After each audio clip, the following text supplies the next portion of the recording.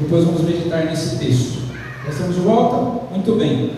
O Evangelho de Cristo, conforme escreveu Mateus, capítulo 24, a partir do verso 45. Lembrando que nós estamos numa caminhada meditando a respeito das parábolas de Jesus. Essa já é a nossa 19ª reflexão sobre as parábolas de Jesus. Se você perdeu alguma, é só procurar lá no YouTube, no canal Pastor Fabiano Veloso Barbosa, ou no Instagram, ou no Facebook, que todas estão arquivadas lá. Se você entrar no YouTube, você encontra o canal, você pode se inscrever, compartilhar, e mais pessoas podem também ter acesso. Amém? Diz assim o texto: quem é, pois, o servo fiel e prudente, a quem o Senhor deixou encarregado dos demais servos para lhes dar o sustento a seu tempo? Bem-aventurado aquele servo a quem seu Senhor, quando vier, achar fazendo assim. Em verdade lhes digo que lhe confiará todos os seus bens. Mas o que acontecerá se aquele servo, sendo mau, disser consigo mesmo: meu Senhor demora para vir, e começar a espancar os seus companheiros e a comer e beber com os bêbados? Virá o Senhor daquele servo em dia em que não o espera e em hora que não sabe, irá aplicar um castigo severo, condenando-o como os hipócritas. Ali haverá choro e ranger de dentes. Senhor, mas desta vez nos aproximamos da tua bendita presença. Nada trazemos nas nossas mãos, não temos nada a oferecer, não temos, Senhor, mérito algum para nos aproximarmos de Ti, mas por causa do mérito de Cristo, que morreu na cruz pelos nossos pecados e nos abriu um novo e vivo caminho, rasgando o véu e nos reconciliando contigo, baseado nesse mérito, Senhor, nós nos aproximamos da Tua graça bendita e misericordiosa nessa noite. Precisamos, ó Deus, ouvir a Tua voz, precisamos ser ministrados pelo Teu Espírito, precisamos que a graça mais uma vez seja derramada sobre nós neste lugar. Senhor, ilumina nossa mente, incendeia o nosso coração para a Tua glória, em nome de Jesus. Amém. Assentai-vos.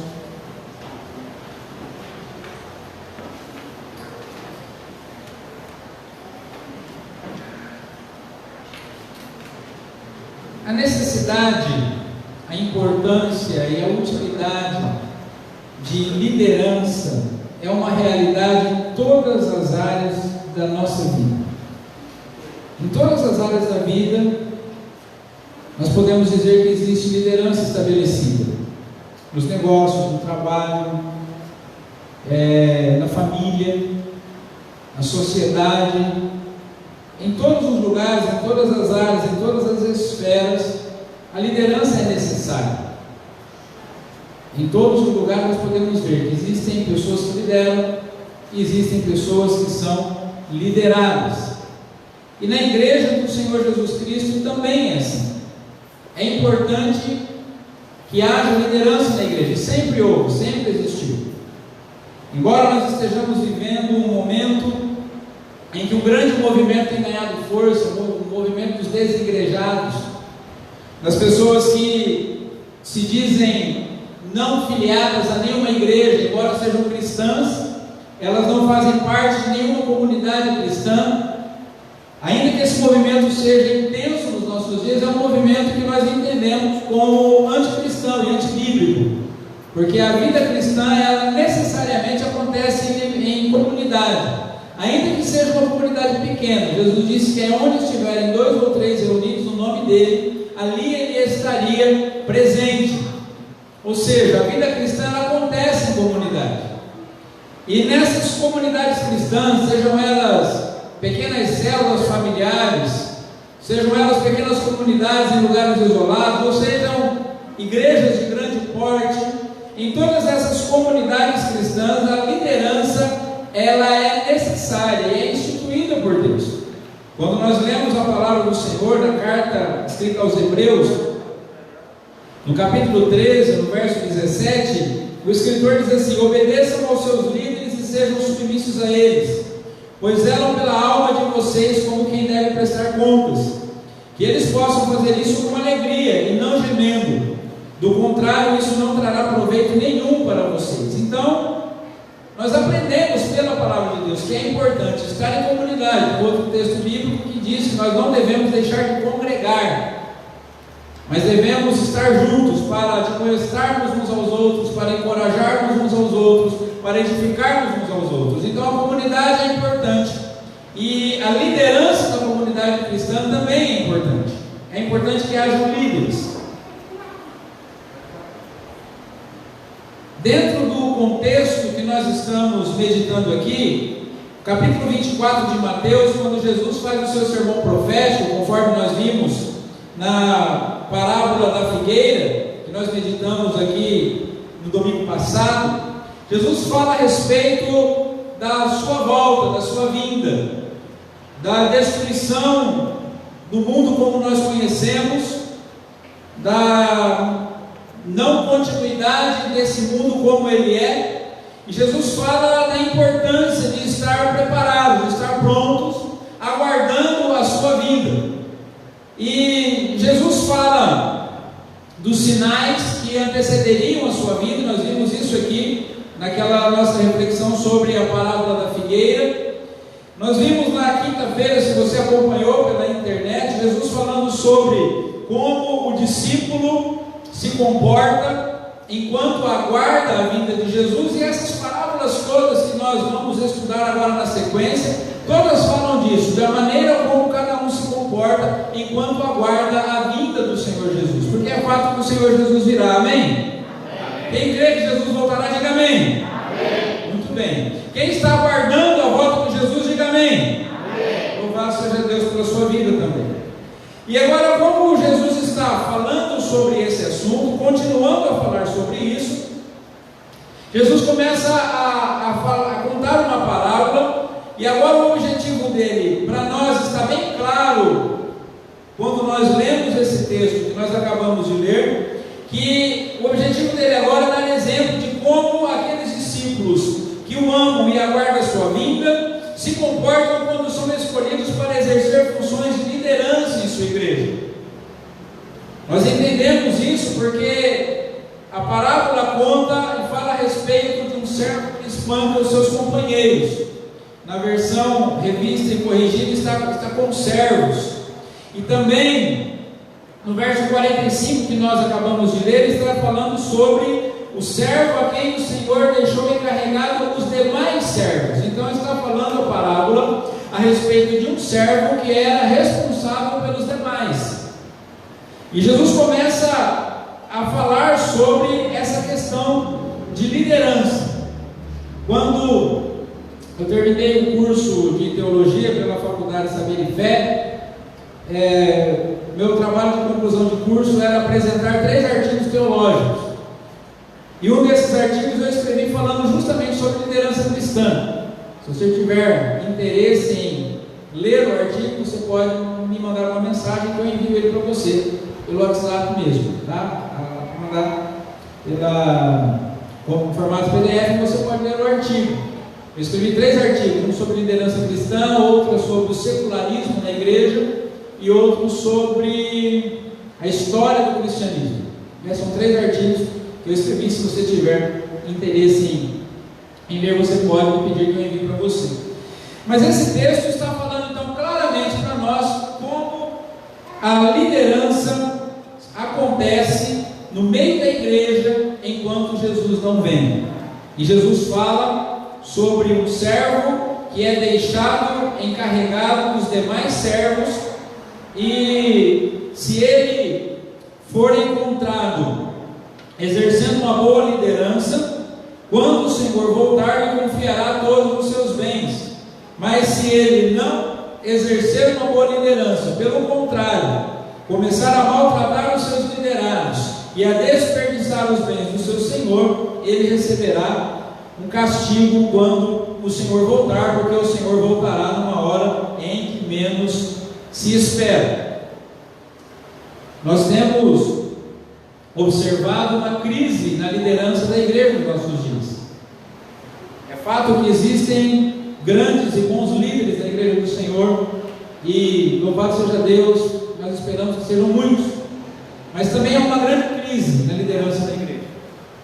Nós temos relatos de todas as sortes, de todas as formas, de maus exemplos de liderança na igreja cristã. Tanto que, antigamente, quando alguém dizia ser pastor, as portas se abriam, hoje as portas se fecham, não é? É mais complicado você dizer hoje que você é um líder ou que você é um pastor na igreja do Senhor Jesus Cristo. Algumas portas são fechadas quanto a isso. Eu passo por algumas situações assim, até cômicas, de vez em quando, porque além do pastoreio eu exerço atividades seculares, e algumas pessoas, como eu lido com muita gente, nem todo mundo sabe que eu sou pastor. Então às vezes a gente escuta assim, aquelas críticas pesadas, ácidas contra pastores, e aí eu espero a pessoa acabar de falar, a pessoa termina de falar assim, então, eu sou pastor. E aí você começa a ouvir assim, não, fica tranquilo, você já falou, tá tudo certo, você não precisa mudar de opinião só porque eu sou pastor, não é? Mas existem líderes bons e líderes maus, isso em todas as esferas. Existem pessoas bem intencionadas e mal intencionadas em todos os lugares, na liderança da igreja, na contabilidade, na engenharia, na veterinária, no comércio, em todos os lugares, né? Como bons e maus motoristas, né? Irmão Benedito, irmão Mateus, e assim por diante. Mas muito bem, esse texto ele traz para a gente algumas lições importantes a respeito da liderança cristã. E talvez você esteja pensando assim, pastor, esse negócio, essa mensagem não seria mais apropriada então se o senhor pregasse num congresso assim, ou numa reunião de líderes? Não, porque aqui todo mundo lidera alguém, não é? As mães lideram os filhos, os maridos lideram as famílias, os empresários lideram os funcionários, e assim por diante. Todo mundo aqui lidera alguém de alguma forma. E quando Jesus escreveu isso aqui, ele não está falando de pastores, ele está falando de pessoas que exercem liderança de alguma forma. Então eu creio que em algum grau, quase todos nós, se não todos nós, exercemos alguma espécie de liderança, não é? Até o filho mais velho lidera os menores, não é assim? Eu sou o filho mais velho, e a gente se acha quando a gente é o mais velho, e a gente acha que vai liderar os outros, né, irmãzinha? Né? Então, até dentro da família, às vezes o filho mais velho, ele acha que é líder dos outros. E se você é o filho mais velho, você que é jovem ou adolescente, pensa isso, então essa mensagem também é para você. E esse texto traz algumas lições importantes para nós sobre a liderança cristã, até para que você possa formar uma opinião sobre a quem você vai se submeter também para ser seu líder. Não é porque se você está numa comunidade cristã, você que está presente aqui, que é dessa igreja ou que não é dessa igreja, não é? Você vai entender um pouco também o que Deus espera do seu líder e vai poder avaliá-lo à luz da palavra de Deus, se ele está sendo um bom líder ou não. Talvez ao final dessa mensagem eu perca alguns membros, não é? Talvez ao final dessa mensagem algum membro vai dizer, pastor, você não aprendeu o que você pregou? Né? Porque está errado. E talvez eu tenha que mudar alguns conceitos. Mas é importante também essa mensagem para que você faça uma avaliação de quem você anda seguindo, de quem você anda acompanhando, de quem ou a quem você anda se submetendo como líder, porque é importante que nós nos submetamos sim à liderança de pessoas que nos abençoam, mas é importante que essas pessoas também estejam debaixo do propósito e da vontade de Deus. Então a primeira coisa que nós aprendemos nesse texto é que a liderança é uma instituição divina. O verso 45 diz que dentre os servos que aguardam a vinda do Senhor, a quem amam, não é? Eu enfatizei muito isso na nossa reflexão da quinta-feira, porque o servo que vai ser achado digno de estar com o Senhor na eternidade não é aquele servo que tem medo do Senhor e por isso, com medo, espera apreensivo e ansioso a volta dele. Mas o servo que vai ser achado digno quando da volta do Senhor é aquele servo que ama o Senhor e espera ansiosamente pela sua volta, porque deseja estar com Ele. Ok? Então, nós vamos sempre enfatizar isso aqui. Jesus não está falando daqueles servos amedrontados, que tem medo de ser punido, e porque tem medo de ser punido, então faz tudo certo para aguardar o seu Senhor. Não, nós estamos falando do servo que ama o seu Senhor e que deseja mais do que tudo que Jesus volte logo, porque está com saudade. Nós temos um cântico antigo que nós cantávamos que é: tenho saudade de Jesus, meu mestre, né? Lembra desse cântico? Tenho saudade de Jesus, meu rei. Então é essa a postura do servo, é desse servo que Jesus está falando, do servo que o ama, que aguarda a sua vida. Dentre esses servos existem alguns que são designados pelo Senhor a cuidar dos demais e lhes prover o sustento principalmente espiritual, doutrinário, sustento moral até. O apóstolo Pedro escreve na sua primeira carta, no capítulo 4, no verso 10, que os obreiros, os líderes da igreja, são comparados a despenseiros, como aqueles que cuidam da despensa e provêm o sustento dos demais irmãos. E essa instituição divina é estabelecida na vida desses servos, que aguardam a vinda do Senhor Jesus, e espera-se que esses servos sejam fiéis e sejam prudentes. Tem um texto na carta de Paulo aos Efésios que diz que o Senhor colocou na igreja apóstolos, profetas, mestres, professores. Ele colocou tudo isso, tendo em vista o aperfeiçoamento dos santos para a obra do ministério. Então, uma coisa que nós precisamos entender sobre liderança cristã é que é algo que foi instituído pelo próprio Deus. O Senhor Jesus instituiu. Jesus fundou o ministério, fundou o reino de Deus, convidou apóstolos, os seus 12 discípulos, e a partir desses apóstolos a liderança foi estabelecida, e hoje ainda nós temos líderes na igreja que são instituídos e são escolhidos por Deus. Amém? Segunda lição que nós aprendemos nesse texto é que a liderança cristã, além de ela ser uma instituição divina, no verso 46 nós aprendemos que ela é um privilégio. A felicidade ou bem-aventurança dos líderes da igreja de Jesus Cristo consiste em perseverar e servir com fidelidade aqueles que lideram até que ele volte, porque nem sempre é fácil se manter fiel. Jesus chamou 12 apóstolos e disse assim: vocês cuidem da igreja até que eu volte. Todos eles morreram e não viram Jesus voltar. Os que sucederam, os pais da igreja, também não viram, e todos eles serviram com fidelidade, serviram com amor, trataram essa liderança como um grande privilégio, como um grande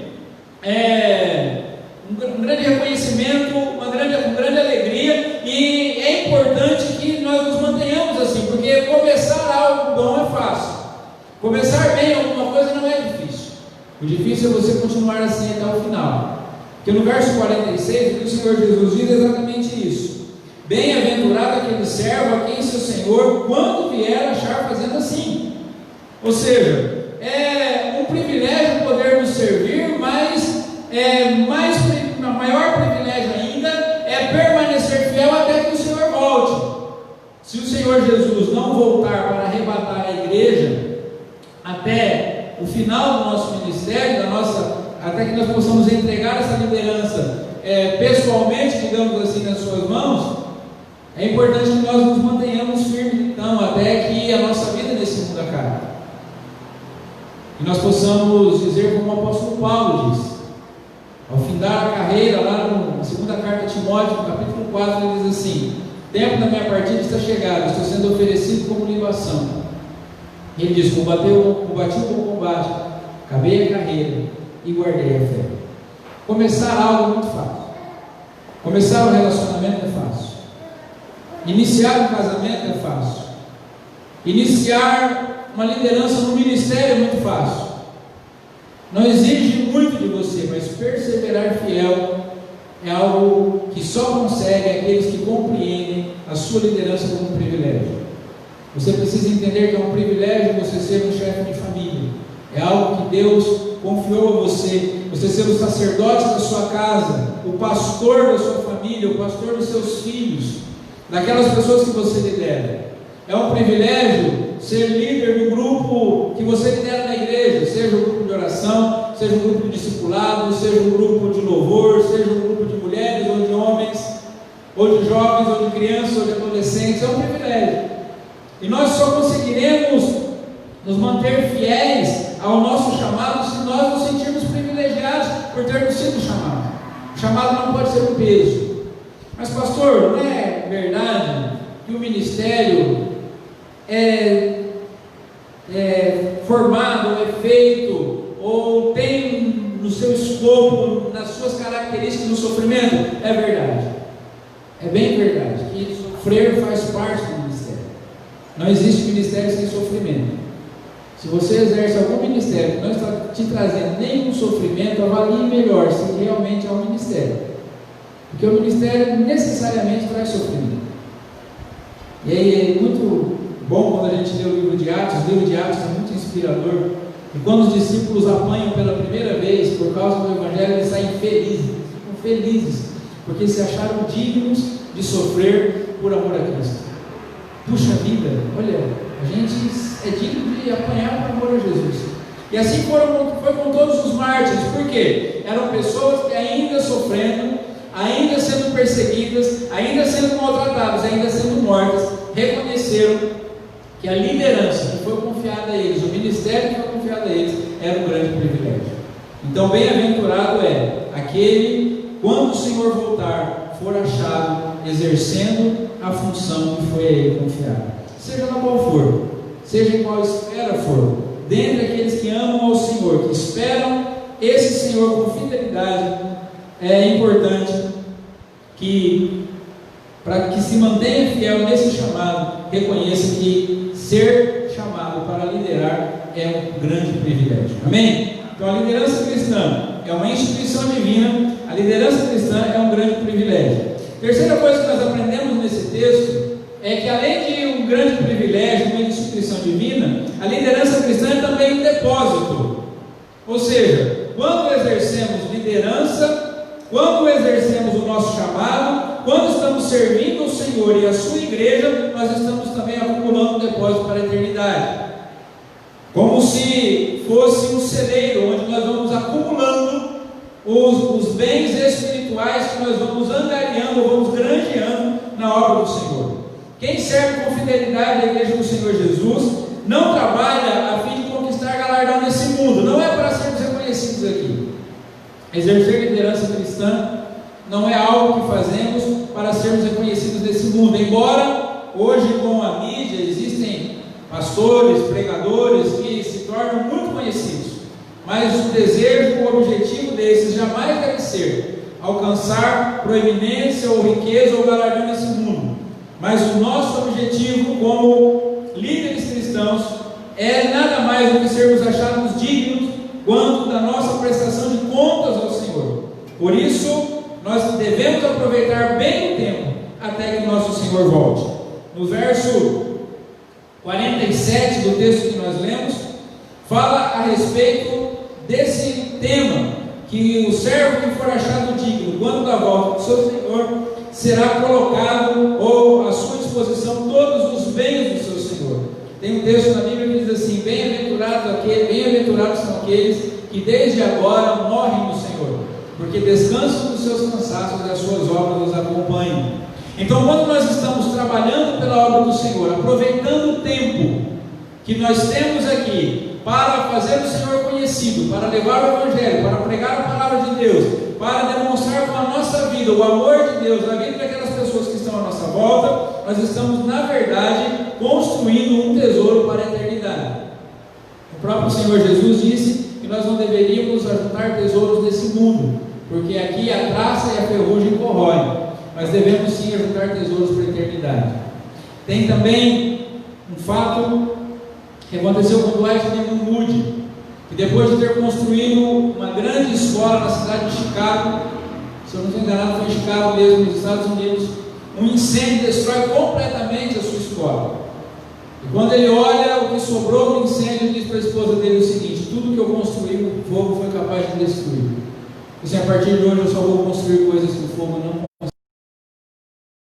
Gente, investir em pessoas, não vou mais investir em coisas, porque as coisas se desfalecem. Mas quando nós investimos nos tesouros que podem ser acumulados para a eternidade, nada pode destruir. E quando o Senhor Jesus vier nos buscar, Ele nos colocará sobre os seus bens. Não sei muito bem o que isso significa, o texto não explica, mas eu creio, por aquilo que aprendo da palavra do Senhor, que os bens que nós vamos desfrutar da eternidade são os relacionamentos que nós construímos aqui durante a vida. Porque quando o próprio apóstolo Paulo escreve às igrejas, ele chama aqueles irmãos de sua glória e de sua coroa, não é? Então o galardão é encontrarmos na eternidade pessoas que nós nos relacionamos aqui nesse mundo, provavelmente, pelo que nós entendemos da palavra do Senhor. E tem também o texto de 2 Timóteo, capítulo 1, versos 11 e 12. O apóstolo Paulo diz o seguinte: para esse evangelho eu fui designado pregador, apóstolo e mestre, e por isso estou sofrendo essas coisas. Mas não me envergonho, pois eu sei em quem tenho crido, e estou certo de que Ele é poderoso para guardar aquilo que me foi confiado até aquele dia. Então nós estamos aqui, exercendo a obra de Deus, a liderança que o Senhor nos confiou, e lembrando sempre, não estou falando apenas de pastores, mas de todos aqueles que de alguma forma lideram pessoas ou situações, que nós estamos aqui depositando na eternidade para desfrutarmos do fruto do nosso trabalho um dia na presença do Senhor nosso Deus, que reconhecerá publicamente. O Senhor Jesus disse que aquele que não se envergonha dele aqui, ele o confessará publicamente diante do Pai que está nos céus. Amém? Quarta lição que nós aprendemos sobre esse texto, nós falamos coisas boas até agora, que a liderança é uma instituição divina, é um privilégio e é um depósito, mas a liderança ela também oferece algumas coisas que nós precisamos ficar muito atentos. A primeira dela é o risco. A liderança cristã é arriscada, liderar é arriscado. Enquanto você está mais escondido, quando você não se dispõe a fazer nada, você é pouco perseguido, né? Tem uma comparação que é dito o seguinte, né? Você tem uma tábua lá com 3 pregos, e 2 já estão quase embaixo, um está mais alto que os outros. Qual é o primeiro que leva a martelada? Primeiro a levar a martelada é o que está mais alto, né? Então é assim, você quando você não aparece, você fica mais tranquilo, mas a partir do momento que você começa a desenvolver alguma coisa, você começa a sofrer perseguição e as tentações também se intensificam. E nos versos 48 e 49, Jesus exemplifica isso. Ele fala sobre o servo que, sendo mau, ele diz consigo mesmo que o Senhor tarda para vir, e começa a espancar os seus companheiros e a comer e a beber com os bêbados. Nós aprendemos aqui, irmãos, que nem sempre as pessoas que lideram o rebanho do Senhor são pessoas que foram designadas por Ele para isso. Tem muita gente liderando gente que não recebeu o chamado de Deus para isso. Tem muita gente exercendo liderança sem ter vocação para isso. Nem sempre as pessoas que estão liderando amam verdadeiramente o Senhor Jesus Cristo, estão aguardando a vinda do Senhor enquanto servem aqueles a quem lideram. Às vezes, a liderança da igreja, agora eu vou falar especificamente da liderança cristã na igreja, ela fica à mercê de pessoas que se aproveitam da sua posição para explorarem a igreja de Cristo e a viverem para os prazeres da carne, desperdiçando tempo precioso. Não são vocacionados, são apenas pastores de si mesmos. Irmãos, é importante que a gente esteja atento sempre, porque esse risco existe em todas as áreas da liderança.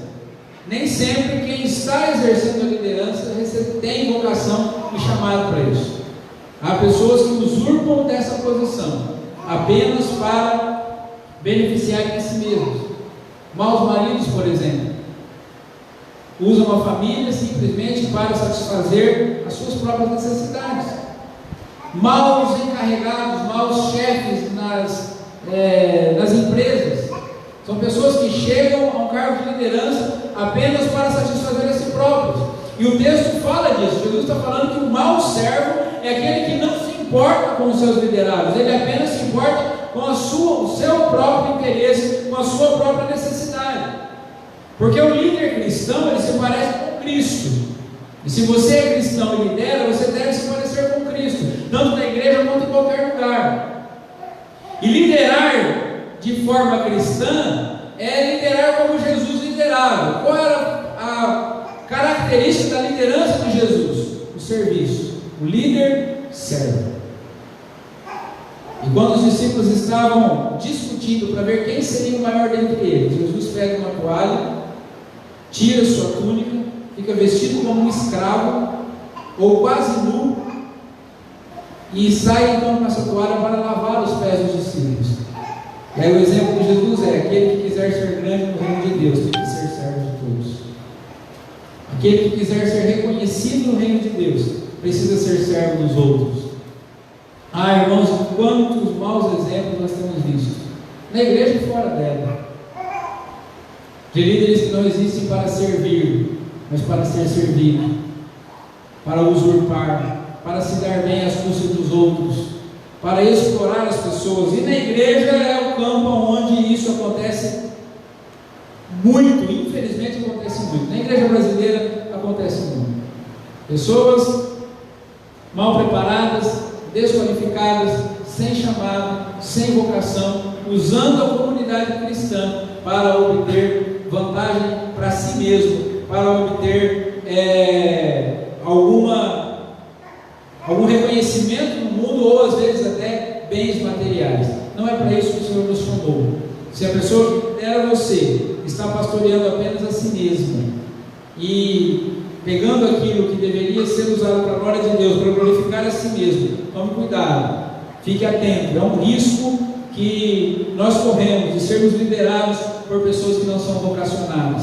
E o outro risco também é de nós usarmos a nossa liderança para beneficiar apenas a nós mesmos, quando deveríamos estar servindo as outras pessoas. Você é empresário, você tem que servir as outras pessoas. Você é chefe, encarregado, líder da empresa que você trabalha, Deus te colocou lá para servir. Você é chefe de família, você foi colocado para servir a família que Deus confiou a você. Você é líder da igreja, você foi colocado como líder da igreja para amar as ovelhas que pertencem ao Senhor Jesus e cuidar do bem-estar delas.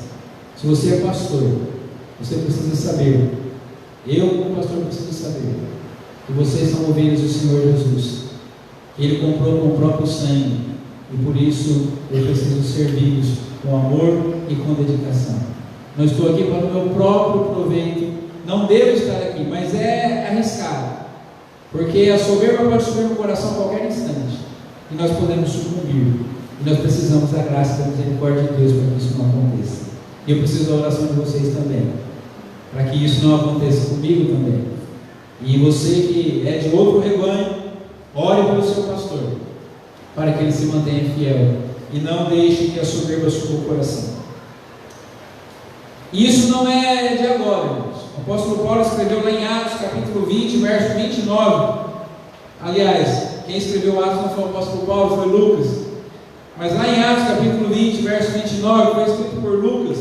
O apóstolo Paulo está despedindo-se dos presbíteros da igreja de Éfeso. E Paulo chama aqueles irmãos, Paulo está em viagem, e chama aqueles irmãos, até Mileto, se eu não estou enganado, e Paulo diz a eles assim: olha, vocês não me verão de novo, mas lembrem-se de como eu me comportei diante de vocês, da forma que eu pastoreei a igreja, como eu ensinei vocês, tudo que eu fiz no meio de vocês, e fiquem atentos, porque eu sei que depois da minha partida aparecerão no meio de vocês lobos vorazes que não pouparão o rebanho.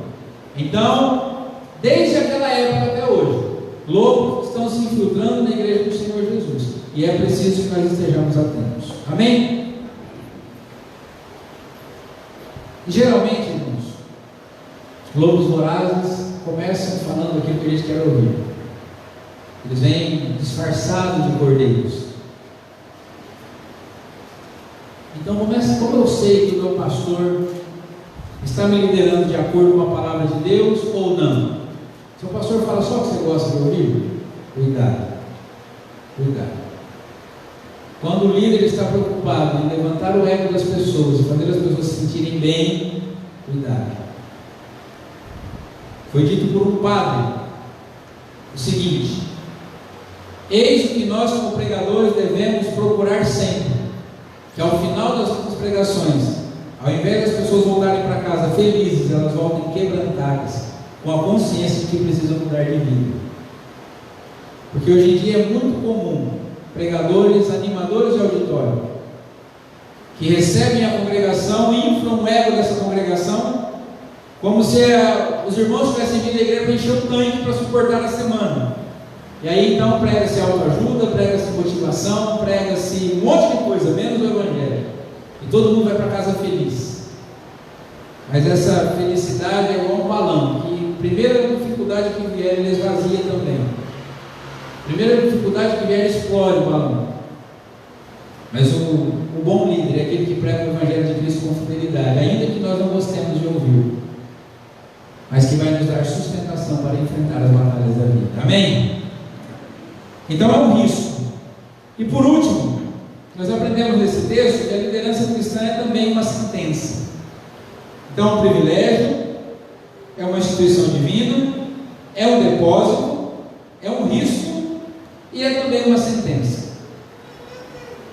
No final do nosso texto aqui, Jesus exemplifica que assim como há uma recompensa para os líderes que permanecem firmes em amar o seu Senhor e servir aqueles que lhe foram confiados com fidelidade até que Ele volte, também é um juízo preparado para aqueles que se apropriam das ovelhas de Cristo para o seu próprio proveito. E os últimos versos dizem o seguinte: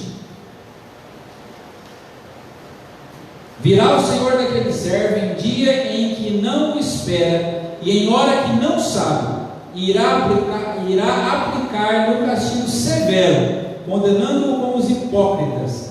Ali haverá choro e ranger de dentes. Irmãos, essa sentença pesa sobre todos nós, chefes, líderes, maridos, esposas também, que lideram no lar, lideram os filhos. Sobre todos nós pesa essa sentença. Nós não sabemos a que hora o nosso Senhor virá, e Ele pode chegar a qualquer instante e pedir contas. Chegar para o pastor e falar assim: o que você fez com aquela congregação que eu entreguei para você cuidar? Chegar para você, homem, e falar assim: como você cuidou daquela família que eu coloquei sob os seus cuidados? Jovem, como é que você cuidou daqueles amigos da tua escola que não conheciam o Evangelho, mas que tinham em você a oportunidade de conhecer? Todos nós teremos que prestar contas. Deus colocou algo nas nossas mãos. Nós vamos ver isso mais para frente em uma outra parábola. E todos nós teremos que prestar contas um dia, e nós não sabemos que dia é esse. Nós não sabemos quanto tempo falta. Nem os anjos sabem. Pode ser a qualquer instante. O mal desse mau servo da nossa parábola foi achar que ainda faltava muito tempo. Esse tem sido o mal da igreja contemporânea. Muita gente acredita que Jesus vai demorar para voltar. Tem crente que nem acredita que ele vai voltar. Tem crente que acha que o que tem é isso mesmo, que a religião é só para a gente ter uma conduta moral um pouquinho melhor, para a gente ser um pouquinho melhor que os outros, e é isso aqui mesmo que vai mudar. Mas isso não é verdade. Isso é uma estratégia diabólica. A estratégia mais bem sucedida do diabo não é convencer o homem de que Deus não existe, porque o homem sabe que Deus existe. Dentro do coração de cada homem tem uma voz que grita que Deus existe. Eu particularmente não creio na existência de ateus. Respeito quem crê, mas eu não creio na existência de ateus, porque todo ser humano tem dentro do seu coração a certeza da existência de Deus. É um traço do Criador que não pode ser apagado. A pessoa mais perversa desse mundo, a pessoa que mais grita nesse mundo que Deus não existe, tem convicção e certeza que Ele existe. Ele se rebela contra a existência de Deus, ele está revoltado contra Deus, está lutando contra Deus, mas sabe que Deus existe. Então eu não creio na existência de Deus. Então a estratégia mais bem sucedida do diabo não é tentar provar que Deus não existe, porque todo homem sabe que Deus existe. A existência, A estratégia mais bem sucedida do diabo também não é tentar provar para o homem de que não existe céu e nem inferno, porque o homem sabe que um dia todos os maus serão punidos e todos os bons, todos os salvos estarão na glória.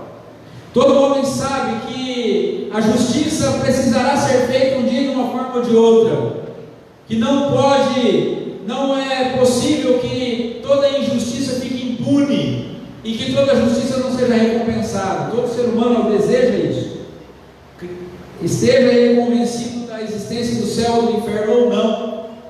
O juízo final e a recompensa e a condenação é algo que todo mundo sabe também, todo mundo, fundo do seu coração, acredita. A estratégia mais bem sucedida do diabo é convencer o homem que não precisa levar Deus muito a sério.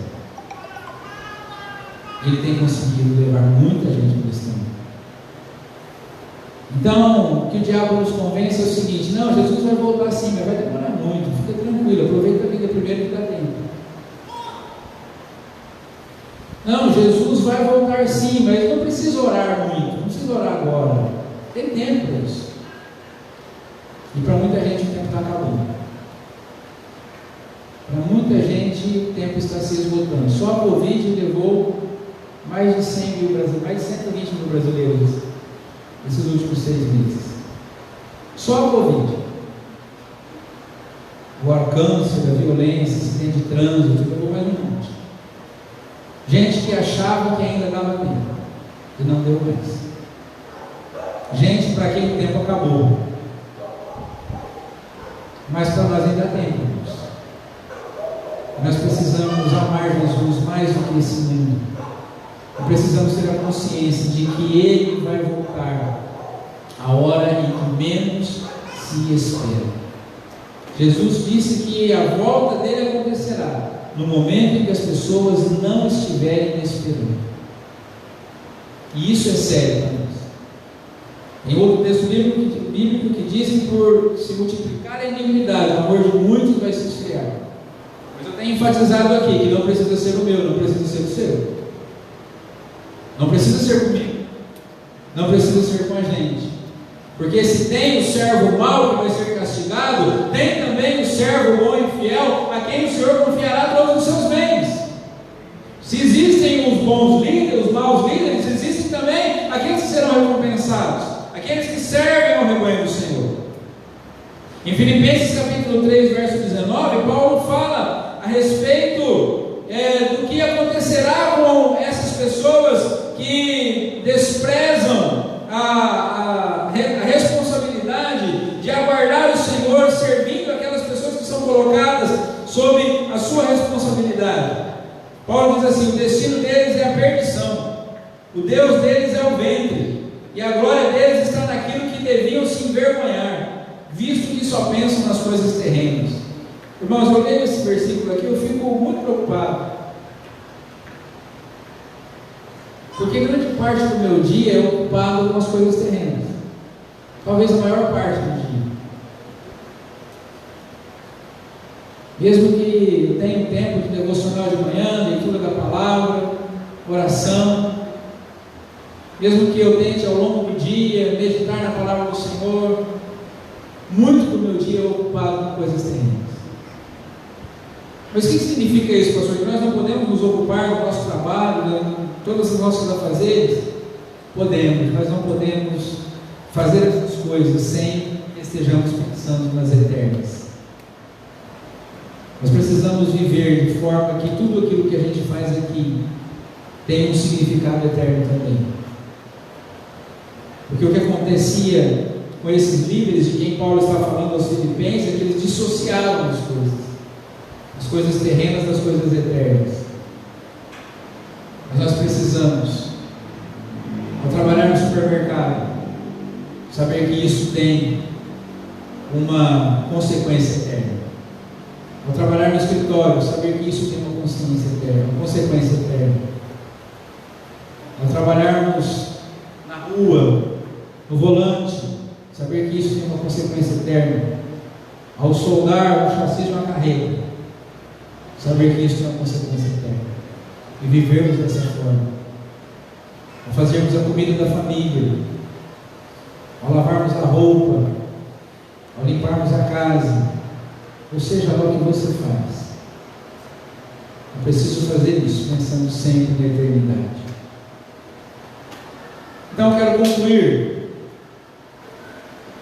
dizendo o seguinte: bons líderes espirituais ajudam as pessoas a se aproximarem de Deus. O exemplo que nós temos na Bíblia é o rei Josias. O rei Josias foi um rei extraordinário. Pegou a nação afastada de Deus, o povo de Judá, totalmente longe do Senhor, e levou o povo para perto de Deus de novo. Restaurou o culto, restaurou o templo, restaurou o altar do Senhor, levou o povo de volta à adoração. Bons líderes ajudam a gente a ficar mais perto de Deus. Me lembro de uma conversa que eu tive com um grande amigo meu, pastor. O pastor tem amigos confidentes, né? Outros pastores, geralmente, com quem você confidencia, com quem você conversa. Eu estava muito preocupado numa fase do meu ministério, porque nem sempre não, quase nunca a gente sabe tomar as decisões. O pastor sabe tudo? Não, o pastor não sabe. O pastor tem todas as respostas? Não, não tem. Talvez eu tenha mais dúvidas do que todo mundo aqui sobre que atitudes tomar. Eu estava muito preocupado, eu fui conversar com meu amigo, eu falei assim para ele: olha, eu preciso tomar algumas decisões, eu não sei, eu tenho medo de apertar demais e prejudicar, eu tenho medo de não apertar e prejudicar também, eu não sei o que fazer. A resposta dele para mim foi extraordinária, eu jamais vou esquecer. Ele falou assim: a função do nosso ministério é aproximar as pessoas de Deus. Então, se através do nosso ministério as pessoas estão se tornando mais próximas de Jesus, estamos no caminho certo. Mas se aquilo que a gente faz está deixando as pessoas mais longe de Deus, então a gente precisa rever nosso ministério. Isso foi extraordinário para mim, porque agora eu sei o seguinte: Senhor, eu quero que a minha vida seja um instrumento para aproximar pessoas do Senhor, em tudo que eu fizer, na minha família, na minha casa, no meu trabalho, aqui na igreja, todas as outras atividades. E a pergunta que eu faço para mim e para você hoje, irmãos: a sua maneira de viver aproxima pessoas de Deus ou afasta? As pessoas amam mais Jesus por sua causa, ou elas querem estar longe de Jesus por causa de você? Você já ouviu alguém dizer assim: se for para ser crente igual fulano, eu prefiro ir para o inferno? Eu já tive o desprazer de ouvir uma pessoa dizer o seguinte: se isso aí for homem de Deus, Deus é o diabo. Porque o testemunho que a pessoa estava dando não dizia em nada com alguém que se dizia homem de Deus. Então a minha pergunta para nós hoje, para todos nós: assim como Josias, as pessoas se aproximam de Deus por nossa causa? Ou nós estamos nos comportando como os maus líderes, que são aqueles que distanciam as pessoas de Deus? E tem um exemplo na Bíblia muito grande sobre isso: Acabe. Quem foi Acabe? Pior rei de Israel. O pior. O reino do norte, nenhum rei foi bom. Nenhum. Todos afastaram o povo de Deus, mas Acabe foi o campeão. Acabe e Jezabel, o pior casal da Bíblia, o pior casal da história. Acabe e Jezabel. Mas a Bíblia diz assim: Acabe irritou a Deus fazendo Israel pecar. Ele andou nos pecados de Jeroboão, filho de Nebate, e fez Israel pecar. E a pergunta para mim e para você também nessa noite é: as pessoas que andam conosco estão mais santas por nossa causa ou estão pecando mais por causa do nosso exemplo? Então, bons líderes nos aproximam de Deus, maus líderes nos distanciam dele. Somente conhecendo as Escrituras e sabendo que Deus espera daqueles que lideram sua igreja, saberemos responder ao chamado dele para servir como líderes e ou nos submeter àqueles que nos lideram. Então, como que nós podemos então saber se somos bons ou maus líderes? Conhecendo as Escrituras, sabendo o que Deus espera de pessoas que lideram. Livros extraordinários para isso: 1º e 2º Timóteo e Tito. Você pode ler esses livros todo dia, dá para ler uma sentada, os três: 1º e 2º Timóteo e Tito. Mas a Bíblia toda nos mostra exemplos de liderança. E Cristo é o nosso principal modelo de liderança. Então, ao liderarmos, devemos imitá-lo e devemos procurar nos submeter àqueles que fazem o mesmo, pois só assim estaremos esperando a volta do Senhor para recebermos o nosso galardão, ao invés de viver perversamente nesse mundo e no final sermos condenados com Ele. Que nosso Senhor, por meio do seu Espírito, forme o caráter de Cristo, o líder por excelência em nós, para a sua glória. Nossa oração hoje é: Senhor, tem misericórdia de nós, para que nós possamos ser sal e luz lá fora. Porque, irmãos, essa capacidade não está em nós. Só Deus pode gerar isso em nós. Nós entendemos que a mensagem do Evangelho, entendemos isso sempre, é algo que nós não podemos praticar por nosso mérito, por nosso esforço. Eu estou dizendo aqui: seja assim e você estará fazendo a vontade de Deus, porque seria uma mensagem moralista. Minha mensagem é: irmãos, nenhum de nós consegue ser assim. Nenhum de nós pode ser esse bom servo que no final será colocado sobre os bens do seu Senhor. Mas nós temos Jesus Cristo, e Ele sim foi o servo por excelência, o líder por excelência. Venceu o pecado, Ele venceu a cobiça, Ele venceu o ego, Ele venceu a vontade própria, Ele venceu tudo aquilo que pode nos tornar pessoas que afastam outras pessoas de Deus, para que nós possamos ser as pessoas que Ele vai usar para levar outras pessoas à sua bendita presença. Louvado seja o Senhor por isso. Aleluia, glória a Deus. Por isso nós devemos orar hoje e clamar a misericórdia do Senhor, porque: Senhor, forma o teu caráter em mim. Como escreveu o autor aos Hebreus, olhando firmemente para Jesus, o autor e consumador da nossa fé. Então eu não quero que você olhe para a sua virtude hoje.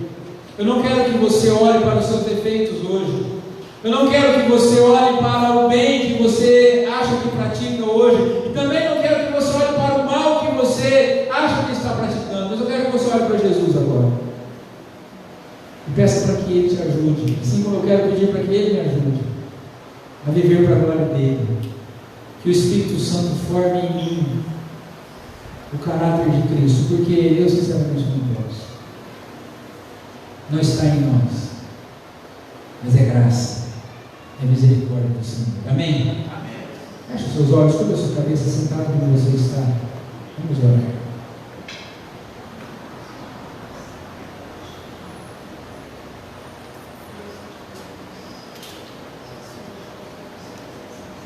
É fato que Deus colocou alguma coisa nas suas mãos. Você está cuidando de algo que Deus confiou a você.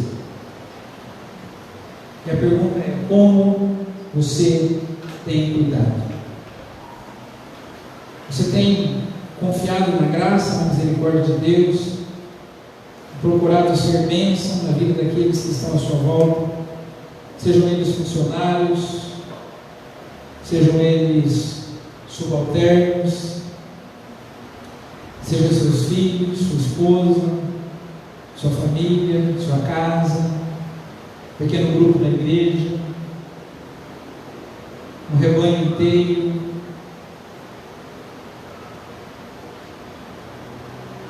Uma verdade é que todos prestaremos contas. E aqueles que não amam a Cristo, mas apenas querem se aproveitar dos bens que pertencem a Ele para o seu próprio proveito, estão acumulando condenação para si. Mas aqueles que usam tudo aquilo que Deus colocou nas suas mãos para a glória dEle, para abençoar pessoas, estão acumulando galardão para si. Sinceramente, irmãos, eu quero ser desse segundo grupo.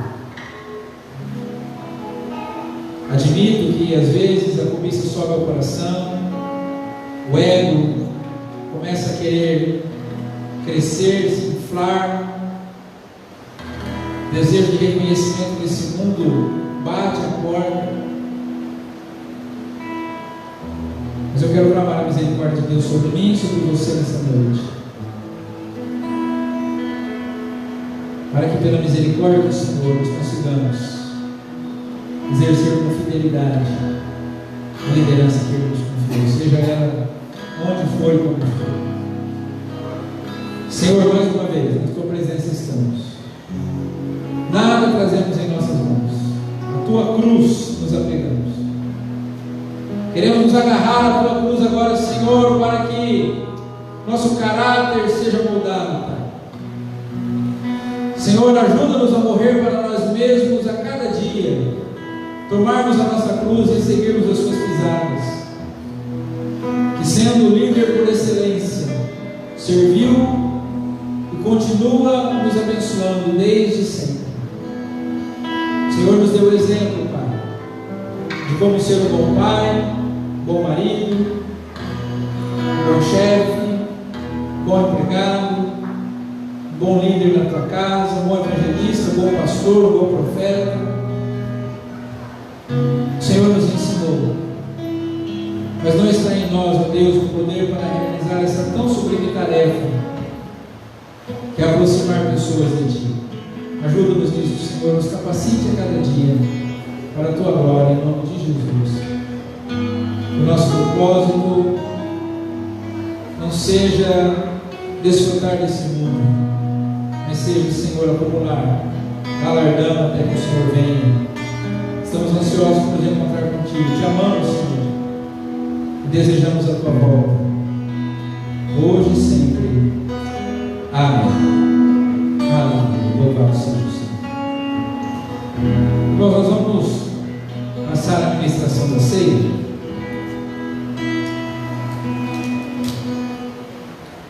Gostaria de lembrar que a ceia ela não é